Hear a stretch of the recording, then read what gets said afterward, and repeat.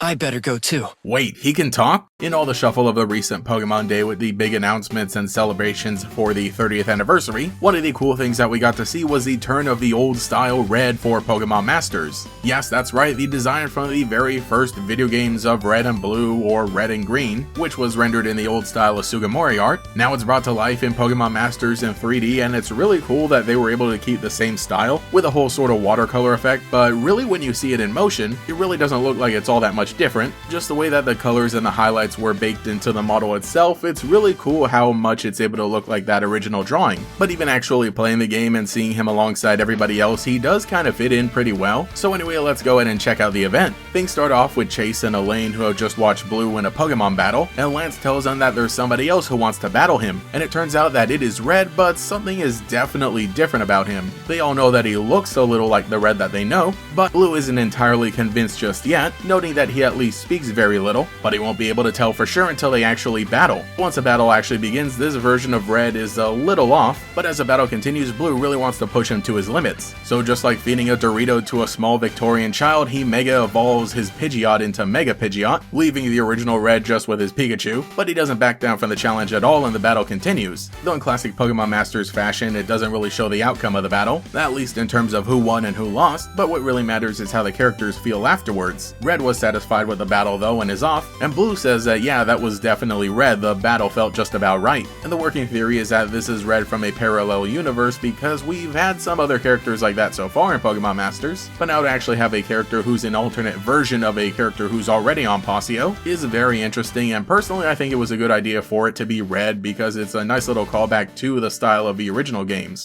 While the old Red is walking around, he catches up with Professor Oak, who had been told that he was there. Obviously they don't know each other exactly, but Red knows a version of Professor Oak back in his own universe, and this Professor Oak, who is from the same universe as the other characters that we know here on Pasio so far, is still able to talk to him. And I think the big thing is that everybody kind of feels nostalgic talking to the old Red because he is sort of a younger version compared to the one we know now in Pokemon Masters, who by the way I always really liked his design. It was an amalgamation of various versions of Red, being the original and the version from Fire Red and Leaf Green, though I think really this is supposed to be Red as he was in Gold and Silver because that's how Blue is in this game. So again, there is sort of meant to be an age difference between these two versions of Red, but I really do love how we get to see a bit of everybody else around Pasio who's hearing the rumors spread about the old version of Red, and they're all just like, ooh, I want to meet him, that'd be so cool, which sounds really funny in concept. But also I really do like how this scene ends because Red notices 4 boys walking along the road and decides to keep on exploring, actually speaking, which yeah, the older version of Red has spoken a few times in this game before,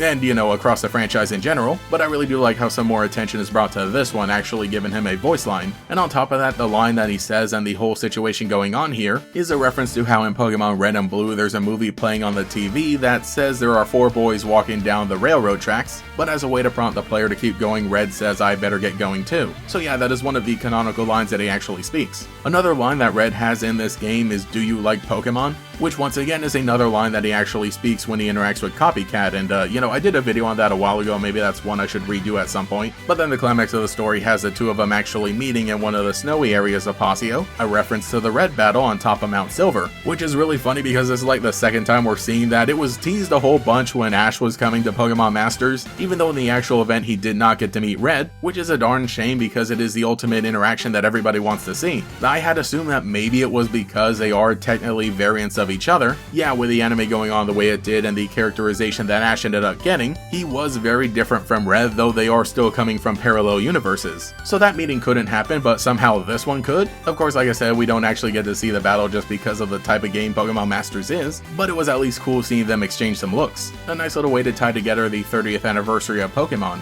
But overall, I think this was a fun idea. It was a really cool little proof of concept, depicting characters with the old art style in 3D. Though unfortunately, I don't think I'll try to scout him because it is another Pikachu sync pair. I get that it is a mascot of the franchise and I do really like Pikachu, but at some point there's just gotta be too many in a game like this.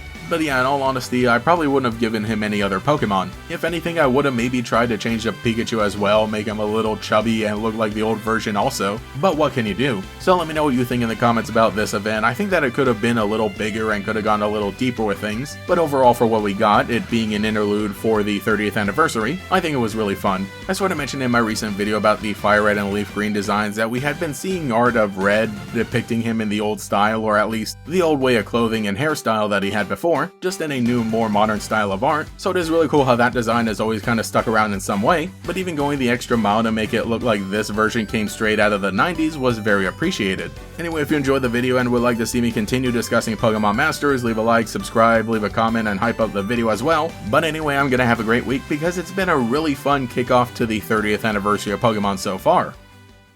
Thank you to every channel member for your continued support, including the Great Gators, Super Normal Paranatural, XX Creepy Raw XX, JBOTW23, Paolo Stolben, IRL Lugosi, Miranda Ray, Star Shooter, Alex Switch Shiny Hunts, Koi13, Cemetery Hill, Cheez-It62, GatorKid 509, TF, Mathaclog947, Taijirai, Phantom, and Quago. If you would like to support, see your name here, get access to the brand new emotes for comments and live streams, as well as early videos, our Discord server, and member exclusive videos, you can become a channel member today. You can also follow me on Twitter and Blue Sky as well for more memes. Anyway, this is GatorX, and I will catch you all later.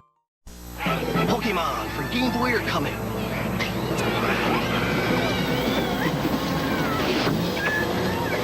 Got ya. Gotta catch 'em all. Coming September, games and systems sold separately.